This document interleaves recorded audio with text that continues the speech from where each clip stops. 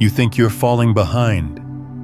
You think you're losing. You think the silence around your lips right now means something has gone wrong, that the universe forgot your name, that whatever window of opportunity existed for you has quietly closed while you weren't looking.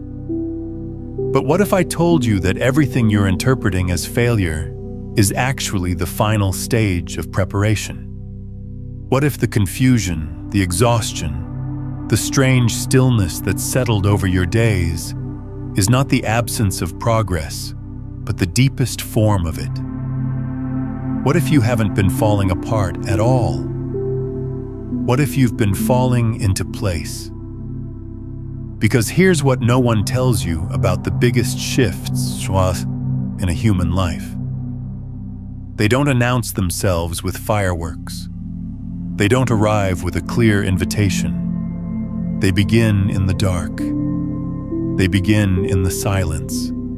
They begin in exactly the kind of moment you're sitting in right now, where nothing seems to be working and everything feels uncertain, and you can't quite remember the last time you felt truly confident about where you're headed. That feeling, that specific texture of not knowing, is not a sign that you've failed. It's the signature frequency of transformation in its final phase. Stay with me here, because what we're about to explore together is not just an idea, it's a recognition. Something in you already knows what I'm about to say. Something in you has been waiting to hear it confirmed. And by the end of this, you won't just understand your comeback intellectually. You'll feel it in your body. You'll sense it in your bones. You'll recognize that the momentum has already begun, and that the only thing that was missing was your awareness of it. Let's start with something that might seem counterintuitive. The greatest comebacks in human history, whether we're talking about individuals or civilization or ecosystems, they all share one pattern. And it's not the pattern you'd expect. It's not a story of someone hitting bottom and then climbing steadily upward in a nice, predictable line. That's the version we tell in retrospect because it's clean and it makes sense. But that's not how it actually happens. What actually happens is something far more interesting and far more quantum in nature. There's a period of what appears to be total dissolution. Everything that was familiar falls away. Identity structures collapse. Old certainties evaporate. The person enters a kind of void, a space where nothing from the old life works anymore, but nothing from the new life has materialized yet. And in that void, in that seemingly empty space, something extraordinary is occurring at a level that's invisible to the ordinary senses. Think about what happens at the subatomic level, when matter undergoes a phase transition. When ice becomes water, for example, there's a moment right at the melting point where the molecules are absorbing enormous amounts of energy, but the temperature isn't changing. From the outside, nothing appears to be happening. You could watch that ice and think it's stuck. You could measure it and see no progress. But inside, at the molecular level, bonds are breaking and reforming. The entire internal structure is reorganizing itself into something with completely different properties. Same substance, radically different expression. That's you right now. You're at the melting point. You're in the phase transition, and the reason everything feels so strange, so suspended, so uncomfortably still, is because the amount of reorganization happening inside you is so profound that all your energy is being directed inward. There's nothing left over to create visible external results yet. That's not failure. That's physics. Let that land for a moment. Really breathe into that. Because you've probably been judging yourself harshly for this period. You've probably been comparing your behind the scenes to everyone else's highlight reel and concluding that something is wrong with you. You've been looking at your bank account, your relationships, your career, your health, and seeing what looks like evidence that you're moving backward. But evidence is always historical. What you see in front of you right now is a reflection of who you were, not who you're becoming. It's the last echo of an old frequency that's already been replaced inside you, even though the external world hasn't caught up yet. This is one of the most important principles you will ever understand. External reality is a lagging indicator. It always has been. It always will be. The physical world you see around you is not showing you the present. It's showing you the past. It's showing you the materialized result of thoughts and beliefs and frequencies you were holding weeks, months, sometimes years ago. So when you look at your current circumstances and feel discouraged, you're essentially reading yesterday's newspaper and mistaking it for tomorrow's forecast.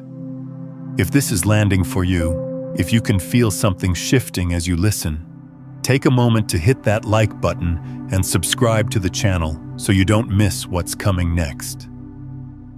The real indicators of where you're headed are completely different.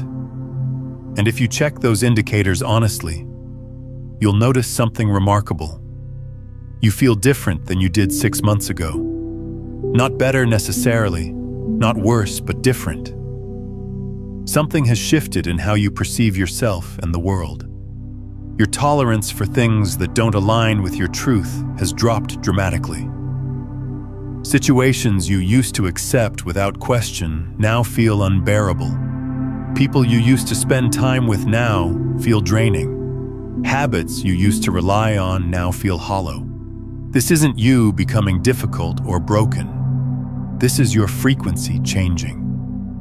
And when your frequency changes, everything that was calibrated to the old frequency starts to feel like static. That discomfort isn't a problem. It's proof that you've already shifted. The external rearrangement is just the part that hasn't caught up yet. Here's where it gets interesting. Quantum physics has shown us something that mystics have known for thousands of years. The observer affects the observed. The act of looking at something, of bringing conscious attention to it, literally influences how reality organizes itself at the most fundamental level. This isn't metaphor. This is documented in every quantum mechanics textbook in the world. Particles exist in a state of pure potential, a wave of possibilities, until consciousness interacts with them. Then and only then do they collapse into a specific reality. Now apply that to your life. Every day you're observing your reality. You're collapsing possibility into actuality with your attention, your beliefs, your expectations. And if you've been staring at the evidence of your old life, if you've been focusing your consciousness on what's wrong, what's missing, what's broken, then you've been unconsciously collapsing the quantum field into more of the same pattern. Not because you're doing something wrong, but because no one ever taught you that your attention is literally a creative force. But here's the shift that changes everything. You don't have to wait for your external reality to change before you change your observation of it. You can begin right now, in this moment, to observe differently. Not through denial, not through pretending everything is fine when it isn't, but through a deeper recognition that what you see is not all there is. That behind the visible reality, in the quantum field of pure potential, infinite versions of your life exist simultaneously, and the one that materializes is the one that matches your dominant frequency. This is why your comeback isn't something you have to create from scratch. It already exists. It's already real in the field of possibility. Your job isn't to build it. Your job is to become the vibrational match for it. And the beautiful, almost paradoxical truth is that all the difficulty you've been through has been doing exactly that. It's been stripping away everything that wasn't your true frequency. Every loss, every disappointment, every betrayal, every moment of rock bottom wasn't destroying you. It was refining you. It was burning away the false layers so that your authentic signal could finally come through, clean and clear. Think about how a sculptor works. They don't add material to create the masterpiece. They remove everything that isn't the masterpiece. The form was always there inside the marble. The sculptor's job is just to take away what doesn't belong. That's what life has been doing to you. And I know it hasn't felt like art. I know it's felt like destruction. But destruction and creation are not opposites. In the quantum world, they're the same process viewed from different angles. What looks like everything falling apart from one perspective looks like everything falling into place from another. Pause with that for a moment. Let yourself really consider the possibility that nothing has gone wrong. That every single thing that happened to you, even the things that felt catastrophic, were part of an intelligence so vast and so precise that your conscious mind couldn't track it. Not because you're not smart enough, but because the conscious mind can only process a tiny fraction full of the information that's actually flowing through your system. Your body knows things your mind hasn't caught up to yet. Your intuition has been picking up signals that your rational thinking has been dismissing. And that deeper knowing, that quiet voice that keeps telling you something big is coming. That voice isn't delusional. It's reading the field more accurately than your eyes ever could. I want to ask you something right now. What is the one thing your intuition has been telling you that your rational mind keeps dismissing? Drop it in the comments. Sometimes naming it is the first step to honoring it. Let me tell you something about the nature of breakthroughs that most people fundamentally misunderstand. We think breakthroughs are linear. We think you struggle, then you struggle a little less, then things get a little better, then a little better still, until eventually you arrive at success. That's not how it works. That's not how it has ever worked. Breakthroughs are non-linear. They're quantum. They happen in sudden jumps, not gradual climbs. In quantum physics, this is called a quantum leap. An electron doesn't slowly move from one energy level to the next. It doesn't travel through the space in between. It simply disappears from one level and instantaneously appears at another. No transition, no gradual journey. One moment it's here, the next moment it's there. And the space in between, the gap, it doesn't exist in any measurable way. Your life works the same way. You can be fully in the struggle on a Monday, and by Friday, 3 things converge that change everything. Not because you gradually improved over those 5 days, but because you reached a tipping point, a critical threshold where the internal shifts you'd been accumulating finally had enough energy to break through into physical reality. All at once. All at the same time. That's not coincidence. That's not luck. That's quantum mechanics expressing itself through your lived experience. And here's what makes this moment so potent. You're closer to that tipping point than you've ever been. Every difficult experience you've survived has been adding energy to your system. Every tear, every sleepless night, every moment of doubt that you pushed through instead of giving in, all of it has been building charge. You're like a capacitor that's been storing energy for months, maybe years. And there's a threshold, a precise point, where the stored energy becomes too much to contain and it has to discharge. It has to release. It has to express itself outward in a burst of manifestation that will seem sudden to everyone watching, but that you'll know has been building for a very long time. The people around you, the ones who haven't been paying attention, they're going to be shocked. They're going to see your life transform, and they're going to think it happened overnight. They'll say you got lucky. They'll say you were in the right place at the right time. They'll try to explain your quantum leap using linear logic, and it won't make sense to them. Let them wonder. Your job isn't to explain the invisible work. Your job is to let it express itself. But I want to go deeper here because understanding this intellectually is only the beginning. The real transformation happens when you move this knowing from your head into your body. When it stops being a concept and becomes a felt experience. Because your body is not separate from the quantum field. Your body is the quantum field expressing itself as matter. Every cell in your body is a quantum system. Every atom is mostly empty space vibrating at a specific frequency. And that frequency is not fixed. It's responsive. It changes based on your thoughts, your emotions, your state of consciousness.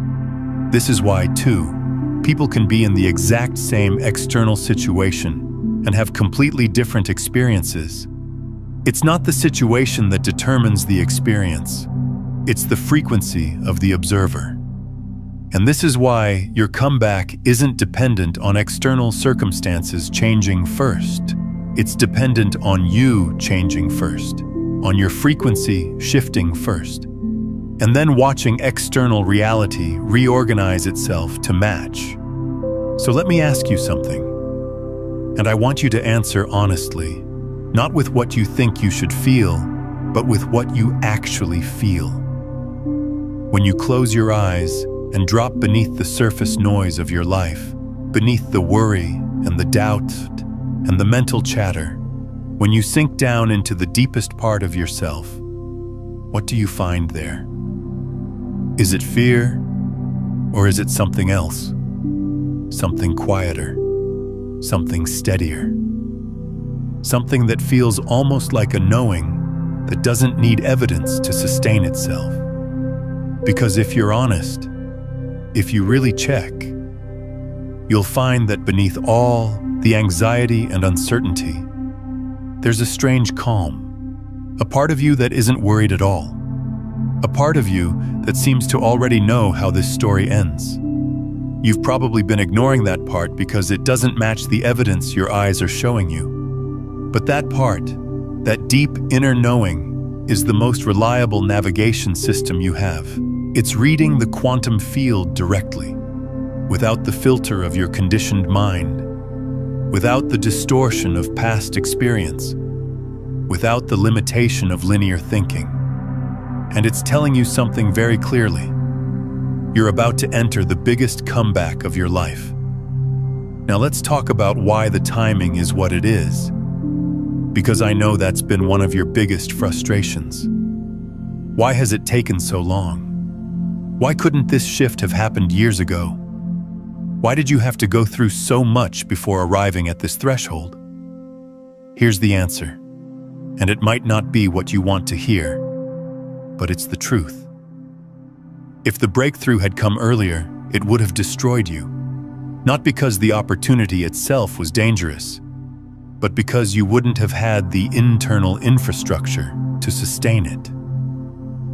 You would have received the blessing with an unprepared consciousness. And when the container isn't ready for what it receives, it breaks. Think about what happens when you put too much electrical current through a wire that's not rated for it. The wire burns out. It can't handle the energy. The same principle applies to human consciousness. There's a specific capacity required to hold certain levels of abundance, certain levels of influence, certain levels of love, certain levels of purpose. And that capacity has to be developed. It has to be earned through experience. Not because the universe is punishing you or testing you, but because consciousness itself has to expand to hold what's coming. And expansion isn't comfortable. It requires a stretching. It requires being taken beyond your current limits. It requires exactly the kind of experiences you've been having. Every challenge you've faced was expanding your capacity. That financial struggle wasn't just about money. It was teaching your nervous system how to remain calm under resource pressure. That relationship that ended wasn't just heartbreak. It was teaching you your wholeness doesn't depend on another person's presence. That period of isolation wasn't just loneliness. It was teaching you how to source your own energy, your own validation, your own sense of purpose from within rather than from external circumstances. That betrayal wasn't just pain. It was teaching you discernment, the ability to read energy accurately, to trust your intuition over someone's words, to protect your field without closing your heart. These aren't random lessons, they're specific preparations, and they're specific because what's coming for you isn't generic. It's not a vague improvement in your circumstances. It's a precise assignment that requires a precise set of capabilities. And you now have those capabilities. You've been forged in exactly the right fire to do exactly the right work. Nothing was wasted. Nothing was accidental. Every single thing you went through was curriculum. Tell me in the comments, which lesson hit you the hardest? The financial pressure, the relationship, the isolation, or the betrayal? Sometimes recognizing the specific curriculum is what finally unlocks the graduation. Feel that in your body right now, not as a thought, but as a sensation. Let the recognition move through your nervous system that you haven't been failing. You've been being prepared. Listen, this moment you're in right now, it's not a setback, it's the setup. Everything that felt like loss, confusion, rejection, it was stripping you down to something real, because the version of you that's about to rise doesn't need validation, doesn't need permission, and definitely doesn't need to explain itself. This is the comeback phase, the silent one, where you rebuild in private, where you outgrow what once broke you, where your discipline gets louder than your doubts. And one day, without warning, people will look at you and say, something changed about you. They won't see the nights you kept going. They won't feel the battles you fought inside your own mind. But you will. So don't rush it. Don't question it. This isn't the end of your story. This is the part where everything turns in your favor. And when your comeback hits, it won't just be a return. It'll be a transformation.